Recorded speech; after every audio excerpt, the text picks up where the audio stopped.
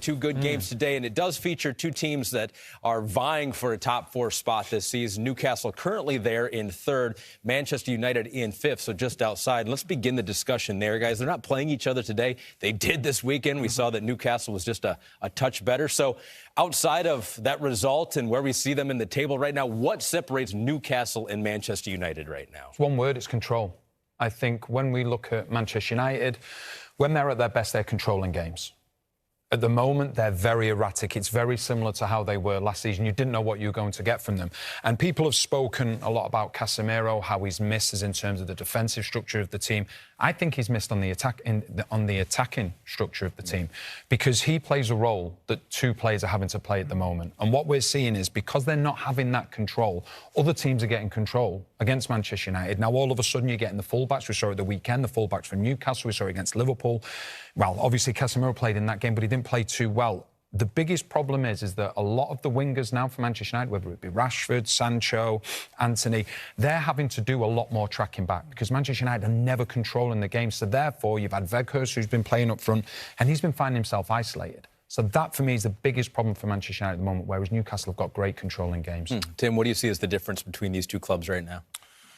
Well, Newcastle are going from strength to strength. There's an identity about them. Eddie Howe is getting the best out of Willock and St. Maximum and Almiron, who's injured, and Joe Ellington. You know, these are players who we were wanting more from, and he's getting more from them. But it also, what it's done is create a really healthy competition within the squad.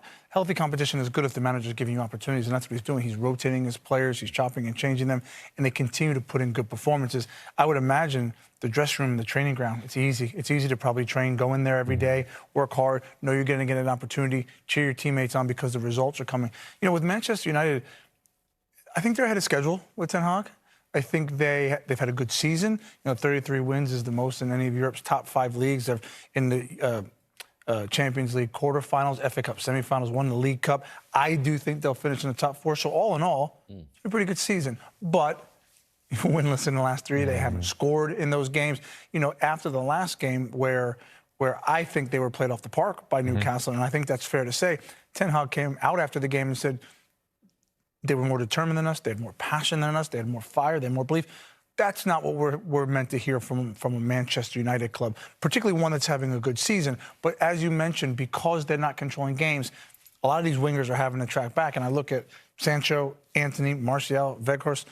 They've all been misfiring. They've had poor seasons, to be honest. And so when you look at that, it is about control. Because if they can start controlling games and getting the players in forward areas higher up the pitch, that's where the production lies. I want to give a whole lot of credit to Eddie Howe because of where they are right now. But as you mentioned, Erik ten Hag inherited quite a bit of drama at Manchester United. What about the job that he has done? No, he's done a good job, and there's no doubt about it. He'll want to add players to it. And I think when you look at the team, you see what he's trying to do, but it shows how important a player is. Like Casemiro, when he's taken out of the team, you can't control the game. He's such a key player. You look at any top team in world football, your defensive midfielder or your deepest line midfielder, they are so valuable. More often than not, they're top-class players, one of the best players in the team. You look at Newcastle, Guimaraes, who sits at the base of the midfield 3. They played 6 games without him this season, haven't won a single game. And it's all about control, and that's what's happening at the moment. When you look at teams against Manchester United, they're getting the control because Casemiro has the ability to slow the game down, to speed it up. But at the moment, it's erratic, it's all over the place, and teams believe that they can get something against United. Who's closer to a title right now, Newcastle or Manchester United? Well, you know, I think probably Manchester United, even though I think Newcastle having the better season, because they're only a few players away. I think Manchester United, you know, as you talked about, bolstering that midfield, getting some depth, and of course getting a top world-class goal scorer. So ultimately, I think United, but Newcastle right there.